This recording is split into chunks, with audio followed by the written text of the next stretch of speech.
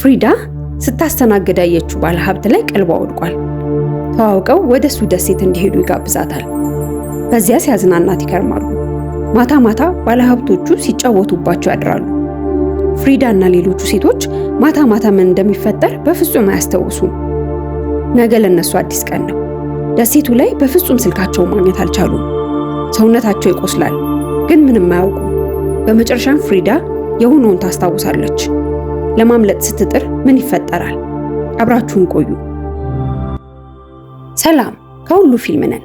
ዛሬ ብሊንክ ትዋይስ የተሰኘ አስፈሪ ድራማ ዘውግ ያለውን ፊልም ይዘንላችሁ መጥተናል። ፊልሞቻችንን እንደምትወዷቸው አንጠራጠርም። ይመቻችሁ።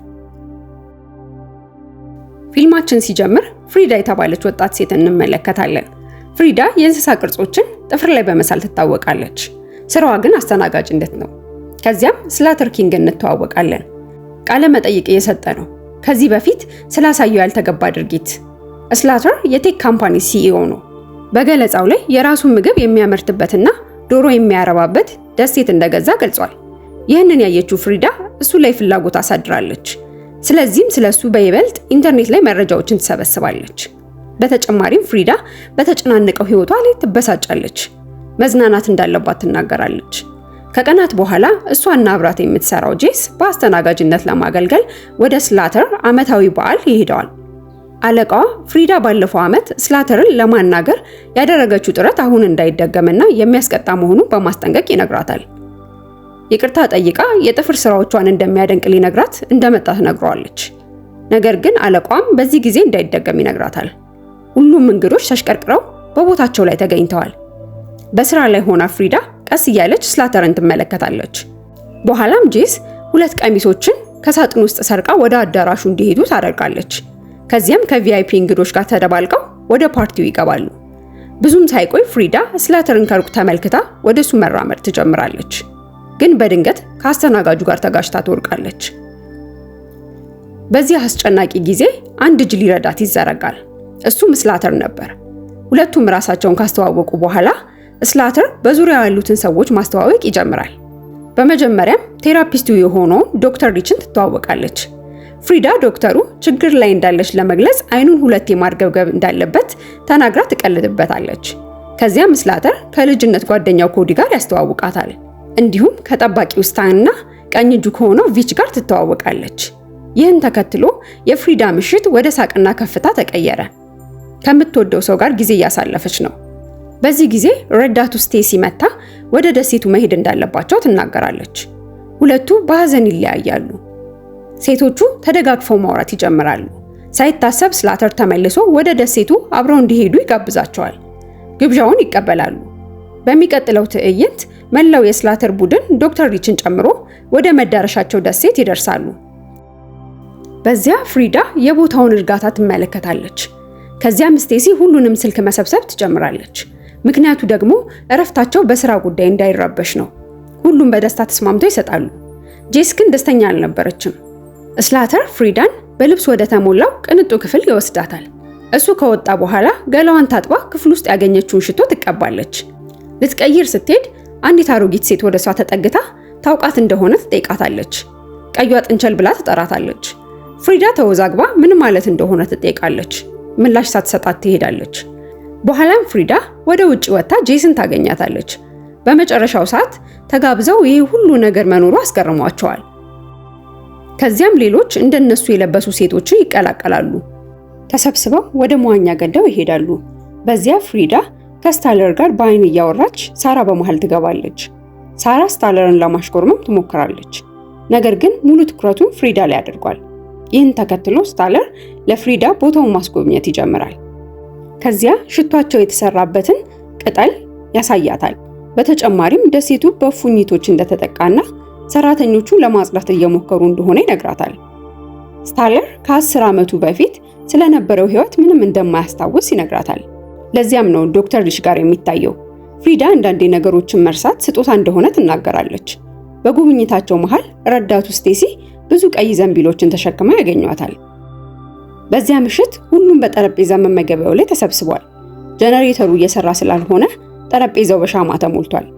በመመገብ ላይ ሳሉ ፍሪዳ ልብሷን ይበላሽባታል። የቀኝ እጁ የሆነው ቪክ ፍሪዳን ለመኖር ምን እንደምትሰራ ይጠይቃታል። እሷም ገና እየሞከረች እንደሆነ ትመልሳለች። በዚህ ላይ ቪክ የማርያም ጣት እንደሌለው እንመለከታለን።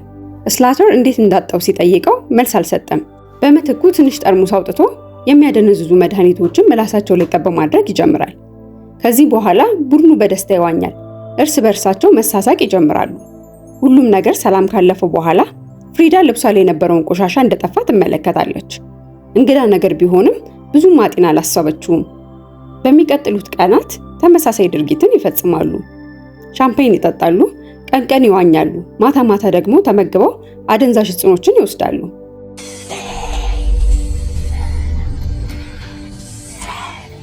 አንድ ቀን ምሽት ፍሪዳ አይኗ ጎን ያለውን ጠባሳ ተመልክቶ ምን ተፈጥሮ እንደሆነ ይጠይቃታል። እሷም ምንም እንደማታውቅ ተነግሯለች። ከዚያም ስለ ጥፍሮቿ ይጠይቃታል። ፍሪዳ አኒማልስ ስለተሰኘው ትንሹ ድርጅቷ ትነግረዋለች። የተለያዩ የእንስሳ ምስሎችን በጥፍር ላይ መቅረጽ ነው የምትሰራው። የሰማው ያረካው ቢመስልም በድንገት ይቅርታ ጠይቆ ጥሏት ይሄዳል። ቸኩሎ ስለነበር ላይተሩን ጥሎት ነው የሄደው። ፍሪዳ ላይተሩን አጤና ስትመለከት በጥፍሯ ውስጥ ቆሻሻ ታያለች። ይህም ያስደነግጣታል።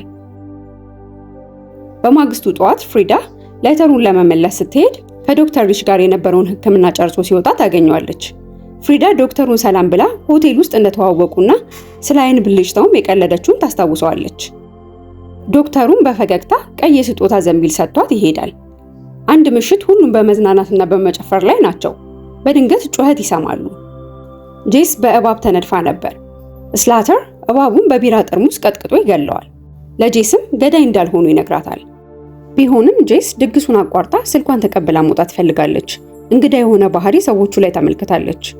ፍሪዳ መሄዷን ትቃወማለች።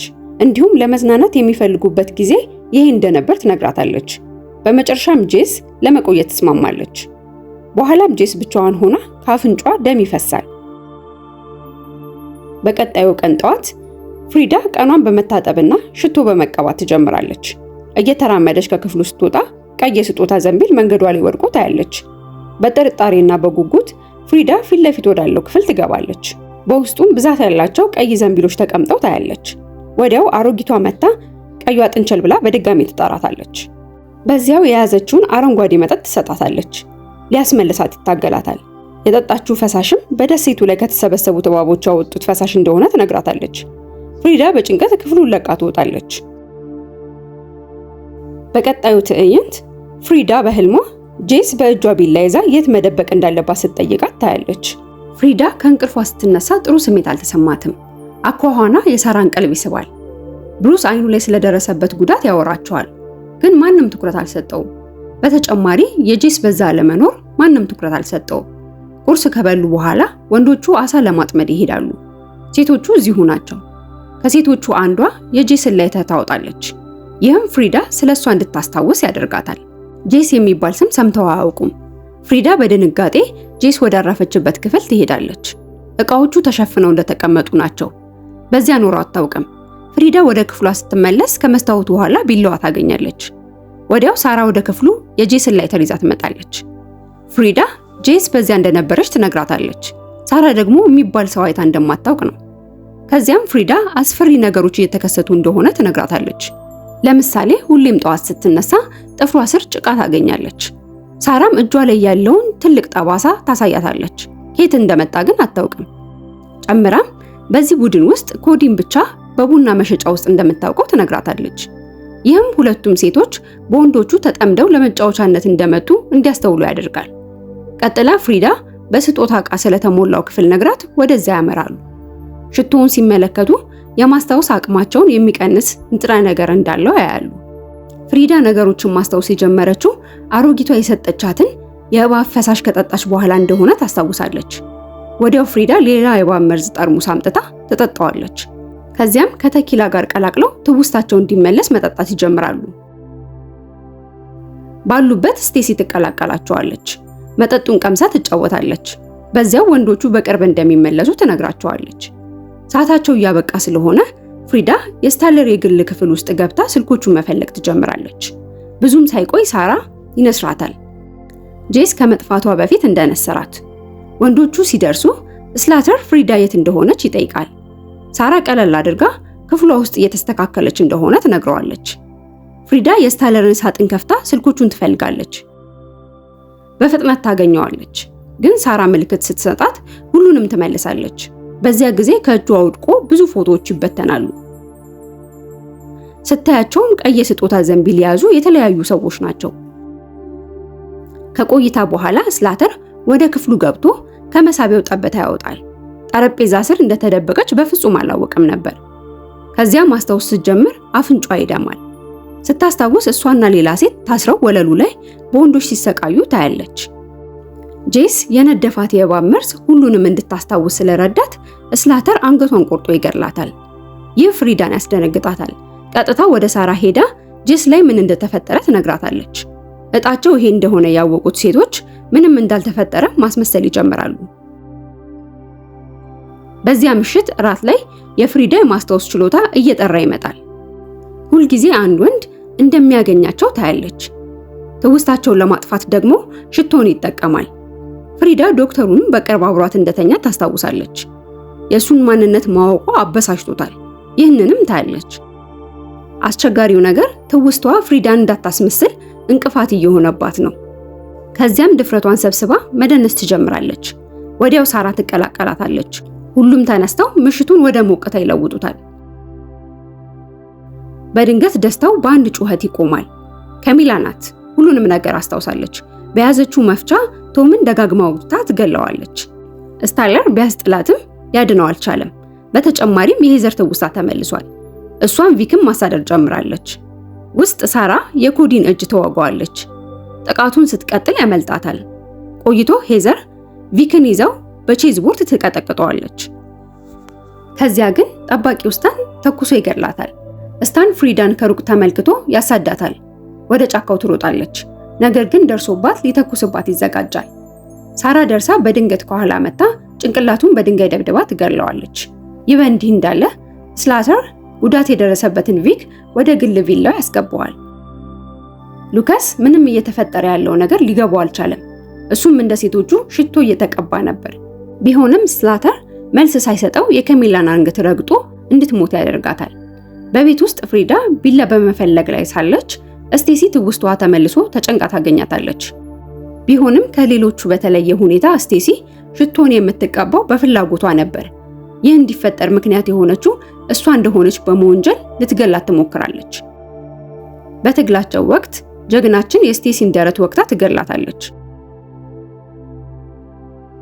በጫካው ውስጥ ኮዲ በስታለር ትዕዛዝ የቀሩትን ሴቶች ይፈልጋል። ሳራ አግኝታ ትተኩስበታለች። ሉካስ አሁንም ግራ በመጋባት ሴቶቹ ለምን በዚህ መልኩ ባህሪያቸው እንደተቀየረ አልተረዳም። በሌላ በኩል ሳራና ፍሪዳ አንድ ላይ ናቸው።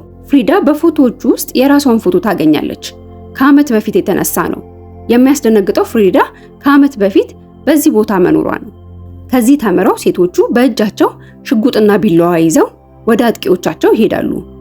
በቅርብ ወዳለው ስታለር ቪላ ደርሰው እንዲከፍቱ ይጠይቋቸዋል። ፍቃደኛ አልሆነም። ነገር ግን ሉካስ ሮጦ በሩን ይከፍቷል።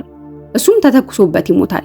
ስላተር እድሉን ተጠቅሞ ፍሪዳን ጎትቶ አስገብቷት በሩን ይዘጋል። ባገኘችው ቃል ልትመታው ትሞክራለች። ነገር ግን ኃይሉን ተጠቅሞ ይመታታል። በዚህ ጊዜ ፍሪዳ ከዓመት በፊት ልታመልጥ ስትል በድንጋይ ላይ ወድቃ አይኗ ጎን እንደተመታች እናያለን። በዚያ ቀን ፍሪዳ ጥፍሯን በቀይ ጥንቸል ዲዛይን አስውባ ነበር። ጨምራም የቪክን የማርያም ጣት የቆረጠችው እሷ እንደሆነች እናስተውላለን። አሁን ላይ ስላተር ከሱ ጋር እንድትቀላቀልና ሽቶውን ተቀብታ ሁሉንም ነገር እንድትረሳ ይጠይቃታል። ስታለር በመጮ ላይ ሳለ ፍሪዳ በመስታወት ስባሪ የታሰረችበትን ገመድ ትቆርጣለች። ከዚያም ሳራ የተቆለፈውን በር በጥይት እየደበደበች ትቀርባለች። ግን ጥይቱ ያልቃል። ስታለር ወጥቶ እሷን መከተል ይጀምራል። ይዞ ወደ ክፍሉ እየጎተተ ያመጣታል። ፍሪዳ እጇን ፈታ ጩቤ ይዛ ትጠብቀዋለች። ስታለር በሙሉ ልብ ቢላውን ይቀማታል። እንደሚገድላት ሲሰማት ቢሊዮነሮች ጓደኞቻቸውን እንደማይገሉ ይነግራታል። ከዚህም በኋላ ሳራን ለመግደል ይነሳል። በመሃል በነገሮች አዝኖ ምን እንደሆነና ምን እያደረገ እንደሆነ ግራ ይገባዋል። ይህ የሆነው የራሱን ሽቶ እነሱ በፈጠሩት መርዛማ ሽቶ ፍሪዳ ስለቀየረችበት ነው። ይህም ስታለር ራሱን ስቶ እንዲወድቅ ያደርገዋል። ሲወድቅም ጎኑ የነበሩት ሻማዎች ወድቀው ቤቱን ያቃጥሉታል። ደሴቱ ላይ ያለው ቪላ በሙሉ ይቃጠላል። ፍሪዳ ቪክን በውስጡ ትተወዋለች። ከወጡ በኋላ ሳራ ፍሪዳ የምታደርገውን ነገር እንደምታውቅ ተስፋ ታደርጋለች። ካሜራው ሲርቅ ፍሪዳ ስታለርን ከእሳቱ እንዳወጣችው እንመለከታለን። በመጨረሻው ትዕይንት ጊዜያቶች ካለፉ በኋላ የስታለር ድርጅት ሌላ ምርት እያስተዋወቀ ነው። ከዚያም ዶክተር ሪች ወደሱ ይቀርባል። ዶክተሩ ለብቻው ስለ አንድ ጉዳይ ሊያወራው እንደሚፈልግ ይነግረዋል። ስታለር ግን ፍቃደኛ አልሆነም። ፍሪዳም ጣልቃ ገብታ ስታለር እንደማይችል ተነግሯለች። ፍሪዳ አሁን ስታለርን አግብታለች። ዶክተሩም ሲያያት ደንግጧል። እሱም ማስታወስ የቻለችው ብቸኛ ሴት ሆናለች። ፊልሙ ሲያልቅ አስተዋዋቂው ፍሪዳ የድርጅቱ አዲስ ሲኢኦ እንደሆነች ይናገራል።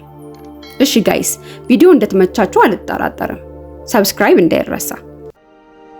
ከሁሉ የፊልም ቻናልን ሰብስክራይብ በማድረግ በዓለም ዙሪያ የሚሰሩ ፊልሞችን ታሪክ በአጭሩ ይመልከቱ።